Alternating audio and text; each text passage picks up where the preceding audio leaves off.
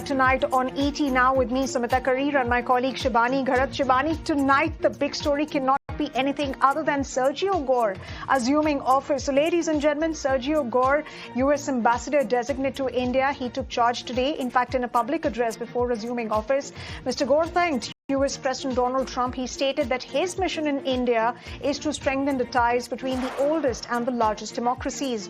Gore also stated that the United States President Donald Trump conveyed his best wishes to his quote-unquote good friend, Prime Minister Narendra Modi. India and the United States, remember, they are continuing to actively engage on trade deal negotiations. Sergio Gor confirmed that in that important statement that he made today, that he made this morning at the US Embassy right here in New Delhi. Now, the next call to discuss the trade deal is scheduled for Tuesday. That also he confirmed. This, remember, just days after some US officials blamed India for the delay in signing a deal, a claim that New Delhi has vehemently denied. But Gore assuming office, Shibani, this comes in at a very critical juncture. Absolutely, Sumita. However, keeping the niceties aside, the fact is that Gore taking charge comes at a time when India-US relations are witnessing one of the toughest moments. After putting 50% tariff on India over the purchase of Russian oil, Trump approved bill proposing 500% tariffs on countries buying Russian oil. Also, it remains to be seen if Gore can help India and US seal the much-awaited trade deal, which looks easier said than done as of now. But before we go on to our guest, let's discuss the topic at hand. And here is what Sergio Gor said. Listen in. We are raising the standard for diplomacy itself. That means fair trade, mutual respect, and shared security. Many of you have asked me for an update on the ongoing trade deal negotiations. Both sides continue to actively engage. In fact, the next call on trade will occur tomorrow. Remember, India is the world's largest nation, so it's not an easy task to get this across the finish line, but we are determined to get there. And while trade is very important for our relationship, we will continue to work closely together on other very important areas, such as security, counterterrorism, energy, technology, education, and health.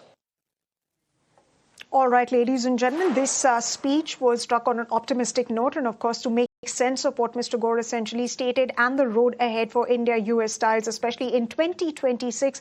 We're now joined by a stellar panel of guests. We're now joined by Pramit Pal Chaudhary. He's the head of South Asia practice at the Eurasia Group. Also joining Mr. Chaudhary is Rupinder Sachdeva. He's a foreign affairs expert. Let me come to you, Mr. Chaudhary, first. Now, when you listen to Gore's speech, he essentially struck a very conciliatory note and clarified that trade talks are on between United States and India. Does that essentially mean that the threat of 500% tariffs is still looming? And what will it essentially take for India and the United States? Like he mentioned, that India is a big country and of course, it takes a lot of time to get things through. What will it take to get the trade deal signed and, of course, to get both the principals to talk? Or will that actually happen? So on the 500% tariff, remember that is a potential threat if the Graham bill, Senator Lindsey Graham bill, gets passed in the Senate and in the U.S. Congress. Right now, that bill has not been put up to vote. So we'll have to see. And I don't think, from what I understand, the U.S. Congress right now is not scheduled to have a call about it this week. But keep in mind, that is specifically about one issue, which is the purchase of Russian oil and other substances like uranium from Russia. It has nothing to do with the trade deal per se. And as far as I could hear from Ambassador-designate Gore's statement, he did not address the issue of either Graham's bill or Russian oil. So I think that remains on track, that America, and I gather this will be supported by the European Union, America will expect India to reduce its economic relationship with Russia to absolutely zero. And if it does not do so, it could have the potential of increasing tariffs for that reason. The FTA agreement negotiations is what Gore addressed, and he was, as you said, extremely positive about that at least the negotiations will resume. He indicated it seems that Modi and Trump may actually have a conversation on this very quickly, There was an earlier attempt to do so, but had to be postponed because of the Venezuela crisis. So therefore, on that track, he's signaled that will resume, and he hopes to get that on board. So we have to see this right now as two different tracks, and one of them, the Russian oil issue, he did not address, and I think we should continue to assume that that's still on the table. Over to you, Mr. Rubinder Sachdeva. With major Indian refiners already pausing Russian crude imports this month, has US successfully coerced India's energy policy, or this is like a temporary tactical retreat by New Delhi, according to you? It's a mix. I think it's a matrix, a kind of a tactical retreat by India, a tactical repositioning by Russia also. Remember, they're trying to get their other alternative suppliers going, other than the Rosneft and Lukoil, which are sanctioned, by the way, which is another issue. So on the whole, yes, India has reduced, and India will continue to reduce.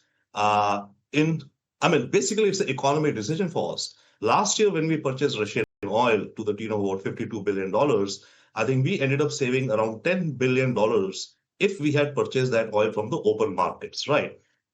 Now, keep aside the trade, 25%, which Pramodji has very well said. This is separate. The tariffs on Russian oil are 25% right now, right? So, do we forego the saving of $10 billion by buying Russian oil versus the loss of exports to Russia due to the 25% trade tariff on us? It has to be an economic decision. And bottom line, I think the economic decision will swing the other way, that it's logical, cold calculus, that Russian oil would be stopped, should be stopped, in case we want to avoid the loss of, each percentage of tariff leads to a loss of about $1 billion of exports from India. $1 billion of exports from India leads to a loss of around an ecosystem of 100,000 jobs. So we'll have to calculate that matrix.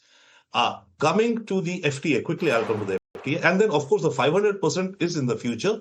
The chances of that going through are there, but Trump wants to retain the choice. That's what the language he wants from both the House and the Senate, that he should be able to cherry pick which country, India, Brazil, China, whatever he could do. Coming quickly to the FTA. Yes, Sergio, he's an ambassador. That's what diplomats do. Put out the best positive foot ahead, and he's doing that. The thing is, he'll have to play the role of a rainmaker. And this I will put in the context of what Howard Lutnick said that. Yes. Lutnick said, Trump says I'm the world's best table setter. I had set up the table. All that was remaining was Modi to call Trump. The issue is the table which Lutnick had set up, the menu was unappetizing for India. We could not have gone with the menu that he was proposing, or the red lines were there. That's right. That menu was not decided. So India, and there's a difference in style of negotiation. Trump wants to negotiate each and everything himself with the other leader. We do not want to do that. So the table was not ready. Now, Gore has come. He would hopefully play the role of a rainmaker, because that's a Wall Street terminology they want to go by. Absolutely. And this is something that we'll need to watch out for, given the fact that, India has very categorically communicated that it is not ready to budge as far as protecting its interests are concerned. So it remains to be seen how Gore is able to influence the United States administration on the trade deal and, of course, on India's sensitivities. But at this moment, let me also welcome on the show Ambassador Meera Shankar. She's a former Indian ambassador to the United States and Germany. Thank you very much, ma'am, for taking the time out and speaking to us here on ET Now. When you you did hear Mr. Gore speak earlier in the day today. Well, the expectation is that the communication that happens between Ambassador Gore and, of course, the Indian administration, that will be effectively communicated to Washington, D.C. But to what extent can Gore rebuild trust between India and the United States and can fix the unease which currently exists, given the fact that the messaging from the United States has been vastly different and sometimes very erratic? Yes, it has been, quite concerning for India, the kind of rhetoric coming out of Washington. But India has also signaled that it's not seeking a confrontation with the US while it seeks to protect its interests in the negotiations and discussions. It is also not ramping up the rhetoric or actually, confronting the United States. We've chosen to ignore most of the rhetoric coming out of the US. So I think the fact that Ambassador Gore has hit the ground running and wants to grapple with the most difficult aspect of the relationship at present, which is the trade and economic relationship, where 50% tariffs have been imposed on India, is a good thing, because the ambassador can act as a bridge and as a conduit. Of course, he will try to push the US line with India, but if he's a good ambassador, he will also convey back honestly what India conveys to him.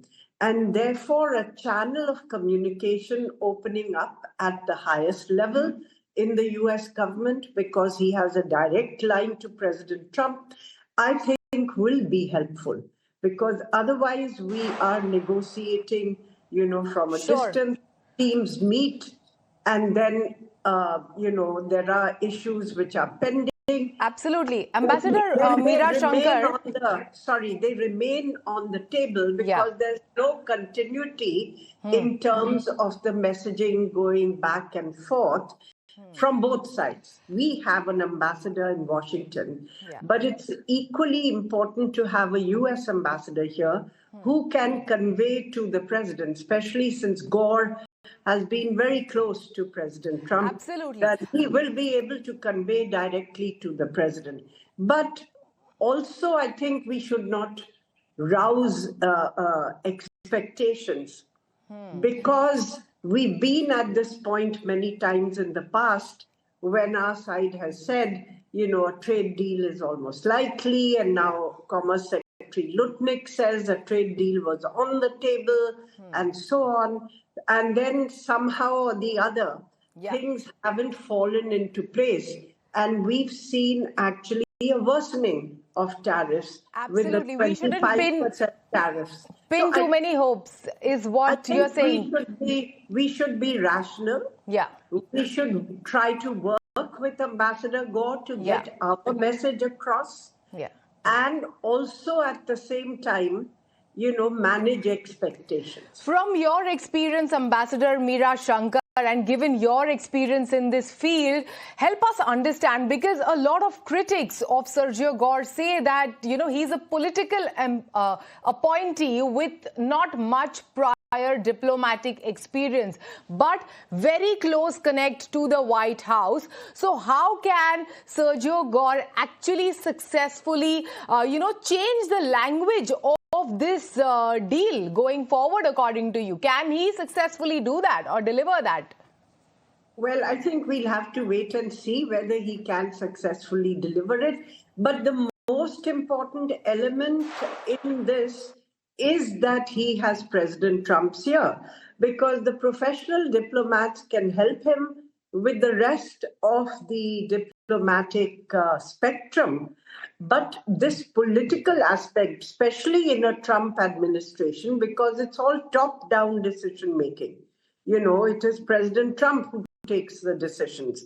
Therefore, having someone who has his ear, I think, is a good thing. Of course, it can also work the other way, that he may try to pressurize us some more to convey President Trump's messages to us. But as I said, if he's a good ambassador, it will not be a one-way street. It is only when you are open to conveying your concerns, but also conveying objectively the concerns of the side you are interacting with or the country you are interacting with, that you can hope to find middle ground and be successful. Otherwise, of course, you can keep tom-tomming your message and get nowhere. And Gore is a doer, from going by his record, the fact that he got so many people in place and got them into the government at in such a short time. The fact that he stayed with Trump when he was out of office, I think that is kind of a test of loyalty for Trump. So let's hope that he performs the role of a maker, as you were saying, but also let's be prepared in case the thunderclouds roar, but there's no rain. Absolutely, Ambassador Shankar, you've put it very well. It remains to be seen. And tomorrow is when India and the United States are going to go ahead with the next round of talks that are going to be slated. So perhaps the first test that Ambassador Gore has to face is whether he can bring about some progress as far as the trade deal is concerned. But let me, on that note, come to you, Pramit. Pramit, now, one thing that Ambassador Gore stated today was the fact that India will now be invited to join the US-led initiative Pax Silica as a full member next month. But to what extent is this aimed at supply chain security in critical minerals versus anchoring India firmly within a US-led architecture? Well, given that India has almost no semiconductor capacity, we would be very happy to be anchored in somebody's supply chain. We must not exaggerate our capacities. We have only one fab that is still under production. We have chip design capacity, but all our chip designers work for other countries, and we have no semiconductor ecosystem. I have been to Taiwan, I've been to South Korea, I've been to Japan, I've talked to a number of semiconductor specialists there, and they said India has manpower, but at present it has absolutely nothing else. So for us, anchoring into we cannot obviously anchor into a Chinese semiconductor ecosystem. That is strategically impossible for us. So we'd be more than happy, I think, to be signing up with somebody else. We already have bilateral semiconductor agreements with Japan, with South Korea. We have rare earth critical minerals agreements with Japan and Australia. We have a similar agreement under the TTC, the Trade Technology Commission Council, with the EU, and we already have a semiconductor working group in the Quad. So for us to join Pax Silica is hardly anything unusual. It would actually be a logical step towards, given where we already are in the multilateral sphere. The one country we have not signed any agreement with is China. Absolutely. Over to you, Robinder Sachdeva. Negotiators, are apparently stuck on dairy, agriculture and GMOs. So can Gore's personal touch move the needle there as far as US lobbyists and Indian negotiators are concerned? Thank you. Two quick things. I think, yes, negotiators and personalities can move a few needle points, but they cannot move rocks and mountains, which are the core national interests, right? So there is a core national interest of India, whatever it be, we will have to adjust, and we will adjust, not have to. America will also adjust, but we'll adjust to a point, and America will adjust to a point, and that's where hopefully equilibrium will come. But personal chemistry and equations do definitely help a lot, but that's the icing on the cake, is the core rocks of our national interests which come at play. Now, quickly back to, the Pax Silica thing. I think it's interesting that he made this announcement today, Ambassador Gore. The initiative was announced in December. There were about 5 odd countries which are named, or 6 which were named as part of that initiative. India was not in that list. To some extent, I think in India, we expected that India should be in that list. Or if we are not in that list, why are we not in that list? Is it another signal from America that it's downgrading or downplaying our role and our place in this world matrix? But Gore announces today. I have a feeling, and maybe Ambassador Veerashankar would be much better placed to answer it. I think they could have also done it with respect to timing. That Gore was coming to India, he would be assuming, the office today, tomorrow, hardly a month after the Pax initiative unveiled in December. So they had to position or to have something as a big, good announcement that he could give. So maybe this was a good, big announcement right at the outset of his tenure, which would signal that, yes, things between America and India are, rocking and not only back to, are rocking and moving ahead. So this announcement of his today, I find it a little interesting because, India could have been there in December. India was not. It caused some heartburn, I think, in India, in some circles at least, that why are we not? Because we assume. But I think, as Pramit very rightfully says, and as Ambassador also very rightfully says, we have to be realistic and realize our positioning in this whole matrix where we are. We have some things, but if we assume we have, something wherein we don't, it will lead only us to maybe some misunderstood roads. Right, Mr. Sachdevan. Of course, we are also waiting and figuring out what's going to be happening as far as the Supreme Court's verdict on these tariffs is concerned. So that's going to be an interesting angle to be looked looked at. But let me take that question to you, Ambassador Shankar. If President is indeed looking to give Ambassador Gore an early win via a trade deal or a package deal, what is it that the US is looking for at this point in time? Of course, the previous deals have sort of incorporated all sorts of concessions that India has perhaps, reportedly shared with respect to, GM crops or, of course, reduction of Russian oil. But what is it that the United States will be looking at, and what is it that the United States is ready to offer at this point in time? Look, I don't think that I can speculate on that because the details of the trade negotiations have not been put in the public domain by either country in a very detailed or factual way. So the negotiations are still going on. The sticking point from India's point of view was the US desire for India to open up agriculture and dairy.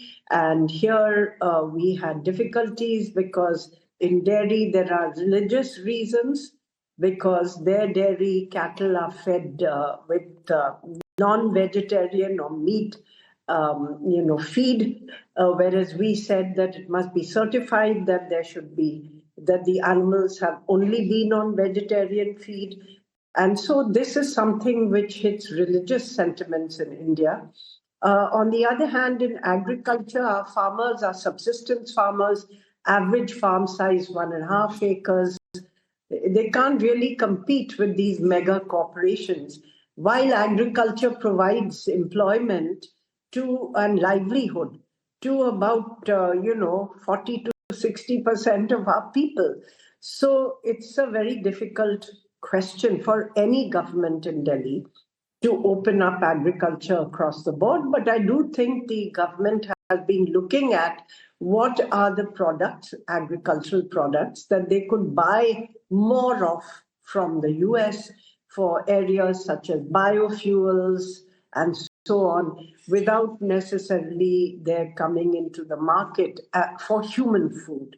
So there have been efforts to find some middle ground.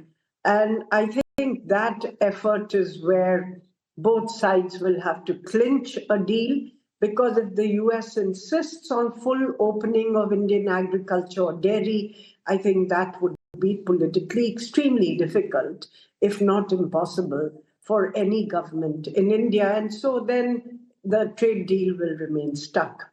So I really don't know where the details of the negotiations are, but broadly, this was the issue. The second was India's purchase of oil from Russia, for which 25% extra tariffs had been put. And here, I think our companies have weighed their balance of interests in terms of actually suffering those sanctions or reducing oil supplies. And they've made their own calculus. They've been reducing supplies from Russia. This is also helped by the fact that overall global oil prices have come down. So the gap between Russian discounts and the global price has come down. Though still, it is a sacrifice for India because it's still cheaper. But then we are weighing the US market as in balance with the Russian oil supplies, and our companies are taking their own decisions, commercial decisions. Absolutely. Final word to Pramit Pal Chaudhary. From Pramit Pal Chaudhary, I'm coming in to you, and I'm going to pick on something that Ambassador Shankar previously said, that we have to set realistic expectations. Now, both the nations have set a target of $500 billion in trade by 2030. Is this goal still realistic under the Tariff First administrations and the conversations going on for such a long time? And even if a mini deal is tough, do you think by 2030 the target of $500 billion in trade for both the nations is realistic? Well, I mean, frankly, anything that tries to predict anything so far in the future generally has to be taken with a pinch of salt. Keep in mind that India's exports to the United States have still increased in value despite the 50% tariff, and it's largely driven both by Apple iPhones, which continue to be, Apple continues to expand its production in India and there have been stories that they plan to take it up to 50% of their global production. So that will remain a very strong core of our exports. And as we're spreading into other electronic goods, that will continue to grow. Pharma obviously remains a core area that is not tariffed at all. And even petroleum products, particularly diesel. America, the Western countries don't produce enough diesel, continue to be exported. I think the real question is not just the question of the FTA, is how much supply chain movement do we see in India? Besides our reasonable success in electronics, largely because of Foxconn and Apple, can we spread this into other areas? And then if that does happen, then yes, that figure is reasonable. And if we incorporate service exports, which is the real core of our economic relationship with the United States, that is not an unrealistic number. But as long as the 50% tariff remains, and as long as there remains a large degree of uncertainty about the Indo-US relationship, the FDI that is required to create those type of trade numbers will probably avoid India for the time being. Absolutely, Pramit. Well, it remains to be seen, like Ambassador Meera Shankar stated, that whether the ambassador can act as a bridge and as a conduit, and whether he's able to communicate New Delhi's side to Washington, D.C. effectively and with the sensitivities that we currently have. And that is going to be Ambassador Gore's real test. Well, on that note, Pramit, Mr. Sachdeva and Ambassador Shankar, thank you very much for taking the time out and speaking to us here on India Tonight on ET Now. All right, ladies and gentlemen, it's now time for us to switch our focus to the other big story that's coming in. Well, India and Germany have firmed up a comprehensive roadmap to expand ties in the education sector, as Prime Minister Narendra Modi and German Chancellor Friedrich Merz